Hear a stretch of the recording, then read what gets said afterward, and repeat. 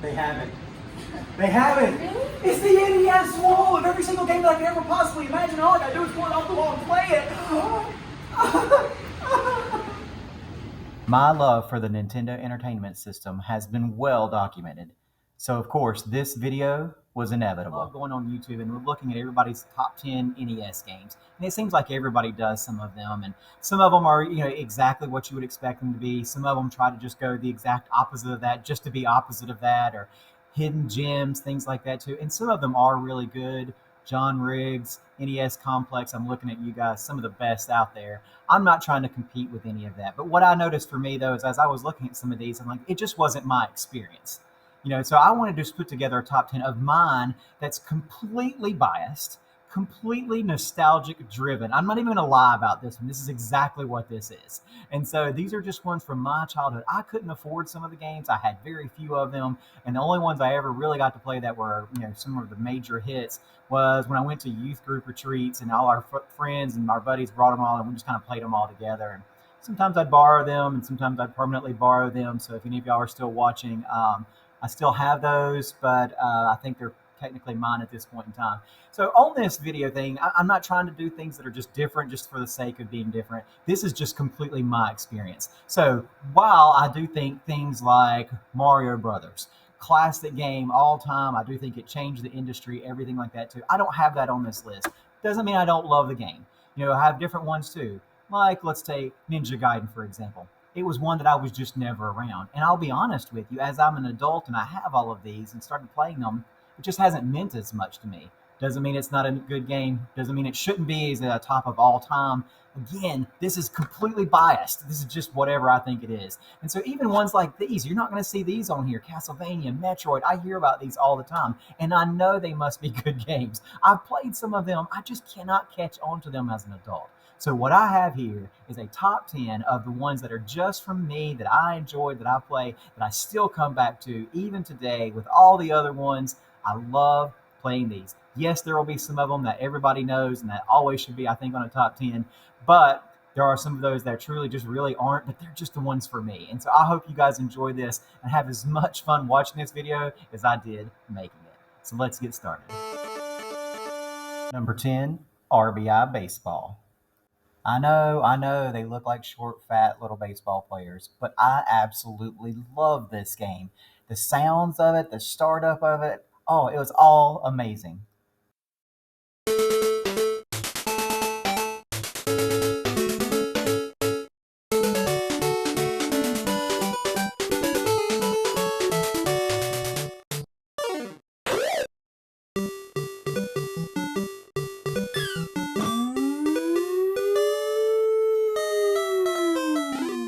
I love this game. I even have the poster that was up in my room the entire time that came with the game. And of course, I love playing baseball, played it all growing up too. And of course, you can tell by the way I look in this team picture, I'm amazing at it.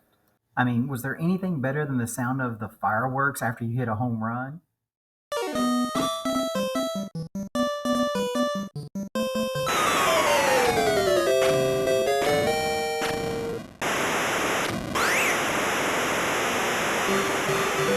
I love the fact that it changed sounds whenever you had runners on base and when you didn't have runners on base. And I tell you what really blew my mind at the time, I spent a lot of time looking at the instruction manual trying to figure this thing out and realize that all the players have different skill sets and they were ranked A, B, C, D of their speed, their strength. To me, at that time, that was absolutely mind-blowing. And so I could not get enough of this game. Still fun and playable today. Number 9, Paperboy. Good old Paperboy. I don't know if I've ever finished my delivery route yet. I don't think I've ever made it to the end of the week, but I still had a blast doing this one. And I think it came down to there was an arcade at Carolina Beach that had it where with the handlebars, everything, and I used to love it. And so when I borrowed this from a friend, semi-permanently, when I borrowed this from a friend, I used to play this thing all the time. Loved it, loved the sound, loved the music, just loved the idea of you could go out and even just stop a bank robber by doing your regular old job. And so for me, I just absolutely love this game, still like to play it today.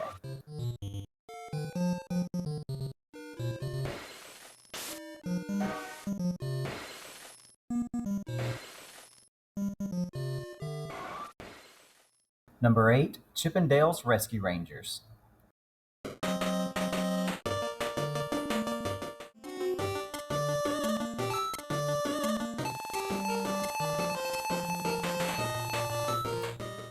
So this is the point where some of you are probably thinking, this needs to be DuckTales and not Chip 'n Dale's Rescue Rangers.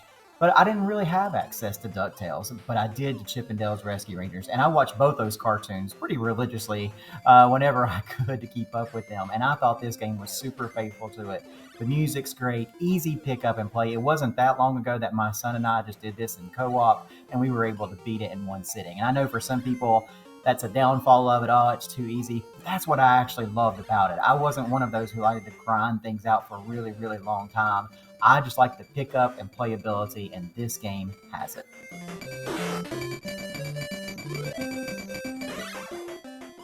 Number 7, Super Mario Bros. 3. I know. What am I doing putting this at number 7? Shouldn't it be number 1? Well, yeah, you might could make a case for that. It might be one of the best NES games of all time. But remember, this is my completely biased and completely nostalgia driven one. I loved everything about this game. It was really fun to play. All the power ups, all the new moves, the big worlds where everything was super huge, all of that, great innovations. Everything was really great about this game. I do absolutely love it.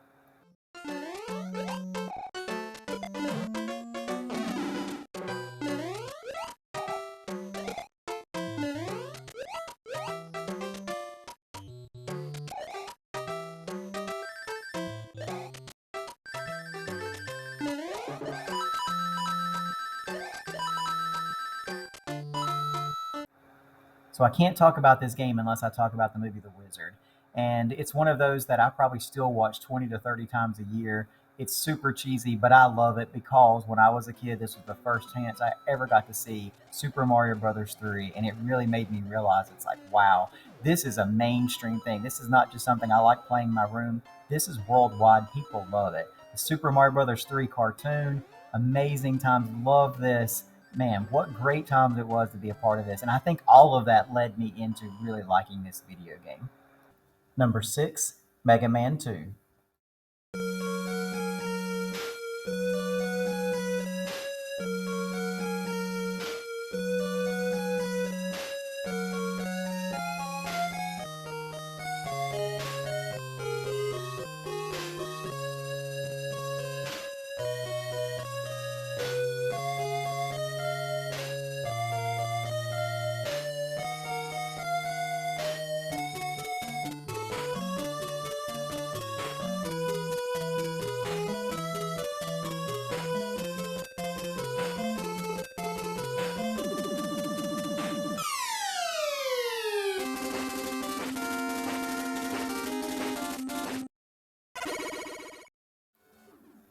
Now, I was never one who had the first Mega Man, and honestly, if I would have seen the cover for it, I would not have used my very limited allowance money to buy that game. So, Mega Man 2 was a complete surprise to me, and I absolutely loved it. Everything about it I thought was really great. All the robots everywhere, being able to choose your own stage, and then trying to figure out which weapons you stole from the boss that would work the best. And of course, my strategy was always I went right to Metal Man, got the Metal Blade because it would go everywhere. I loved playing this game. Having said that, I never caught up with Mega Man 3, 4, 5, 6, X, you keep naming them, but Mega Man 2, with probably, if one of, if not the best soundtrack on all of the Nintendo. Every single stage, live with colors, great music, fun game to play. Check it out.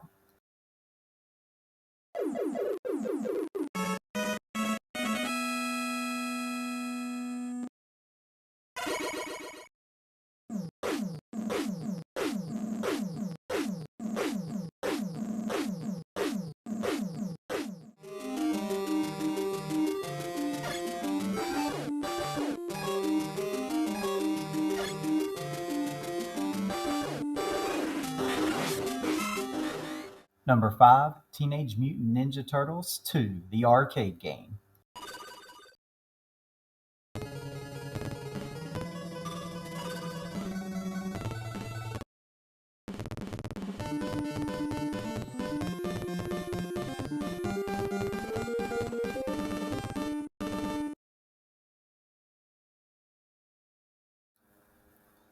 Oh man, when I was younger, I was all about the Teenage Mutant Ninja Turtles. Loved everything about them. When that first movie came out, I waited in line for 2 hours just to find out that they had sold out.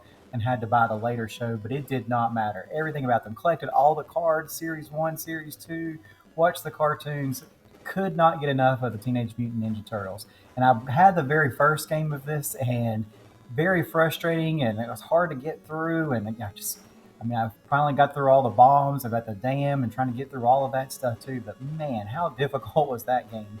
And then this one came about, and I knew nothing of the arcade game and the port that this came over from. I knew none of that stuff.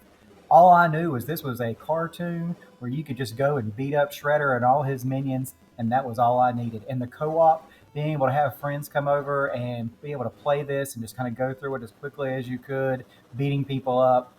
Wow, what a great game. I know coming along a little bit later, a lot of people think that the third one in this series is the best. Again, I never had really contact with the third one until I was much, much older. So for me, this is the best of them all. This is what was the height of the Teenage Mutant Ninja Turtle craze.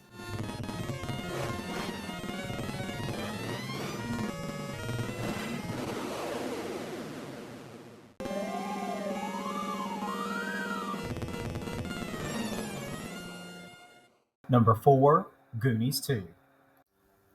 What kid growing up in the 80s didn't love the movie Goonies? And for me, when I saw this, I wasn't thinking, oh, they must have had an original one. Where's the sequel? And I didn't know anything about Japan's version of it or anything like that. I just thought, oh, this is just a sequel to the movie. And so I thought it was going to be pretty faithful to it. And watching around, I was like, okay, I've got a yo yo. All right. And then I got the Fratelli gang. Okay, that's good. And then I get to the end. I'm like, I'm saving Annie, and she's a mermaid.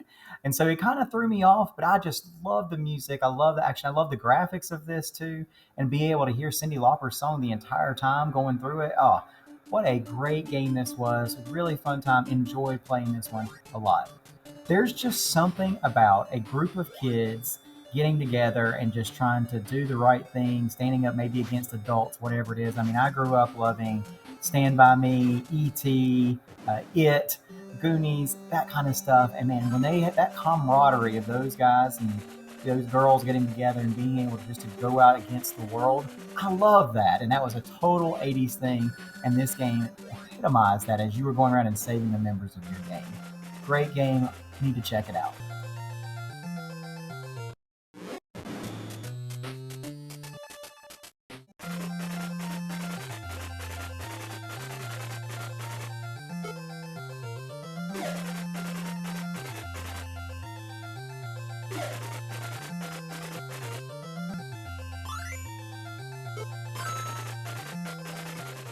Number 3, Mike Tyson's Punch Out.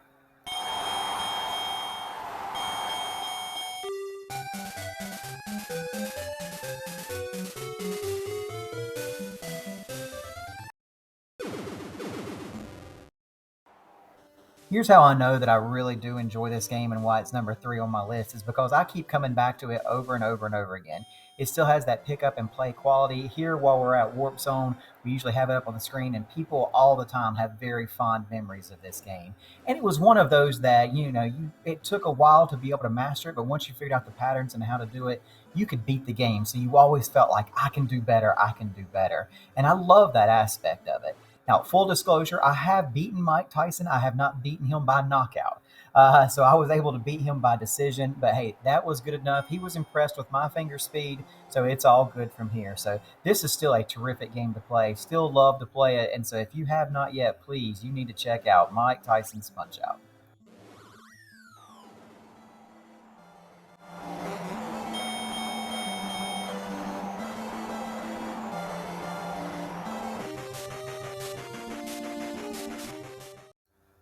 Number 2, Rygar. Now, you probably can't tell it in the background of this here because of the emulator software I use to get the screen footage, but Rygar probably for me has the absolute best music of any NES game. And I know that's highly debatable with all the others, and Mega Man 2, all of those are terrific, terrific ones. But this is one of those that I would leave the game up and running overnight just to listen to the music. And the graphics on it were great. I knew really nothing of the system. And to be honest with you, because I borrowed it from a friend, I never even had the instruction manual. So until later on in life, when I actually watched a YouTube video about it, realized I was like, oh, here's how I actually gain my strength and get all of this other stuff too. And oh, that's what those little armor disc things are for. Like I had no idea. And now having seen it and going through all of that, it's even better than it was the very first time. And so I had this one. I was one of the few people who had it. I borrowed it from a friend and kind of kept it, permanently from there on out. They never missed it because they didn't like it, and hardly anybody had ever heard of it. Absolutely loved this game. Every part of it, all of the graphics, the music, being able to go through the different worlds. It really truly felt like you were immersed in this strange new world, and I loved it. Rygar, definitely one of my top two favorite NES games of all time. And my number one, completely biased, nostalgia driven top 10 NES game is Zelda 2 The Adventure of Link.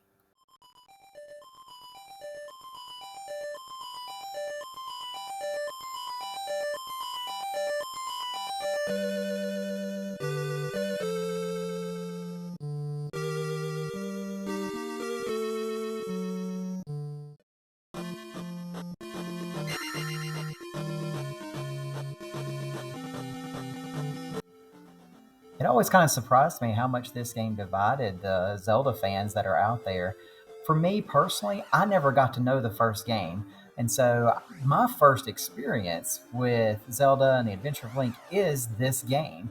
And it was one of those that I saved up a whole bunch of money for. And again, I didn't have any particular games I was looking for. Just when I had enough, then my dad would take me to the store and I would go and look. And then basically, I just had the box art to go by. What game am I going to buy? And I was thinking, all right, maybe I'll get The Legend of Zelda. I've heard a lot about it, and they were sold out at the one I was at. And again, this is later on in its lifetime. And then Zelda 2 happened to be there, and I thought, well, maybe. And I looked at other games, and that gold cartridge just drew me in. And so I said, you know what? I am going to give this one a try. And I never regretted it. Now, the reason why this one holds a super special place in my heart is this is the very first game that I ever beat. And so it took me over a year to go, and I just grinded at it and grinded. And that's not something typically I would do. But the aspect of being able to go and explore anywhere you wanted to, finding all of these extra things, saving people, save the girl, saving the village, everything that you got to do. Oh man, I loved all of this. I know with the side scroll and the overhead view, people, just have their different opinions about this. I adore this game. Every part about it, the music, everything. I mean, I can still, when I'm really nervous and scared about things, I hear the castle theme playing in the background. Like, it was just one of those that it just created all of this tension that went along with it. But I loved all of this. The big hero saving the girl, man, I was all about that kind of stuff. And so for me, this one was the best. And then later I went back and played The Legend of Zelda. And I know this is, again, maybe makes people mad. It was fine. I had no issues with it. I enjoyed it, but nothing like Zelda 2. And for me, this one was the best of all time. And again, like I said, this is my completely biased, nostalgia driven, top 10 list. And this is my top one of all time. Love the Zelda 2 game. It is amazing. If you haven't been one of those that have been a big fan of it, give it a try again. You never know. You might end up liking it.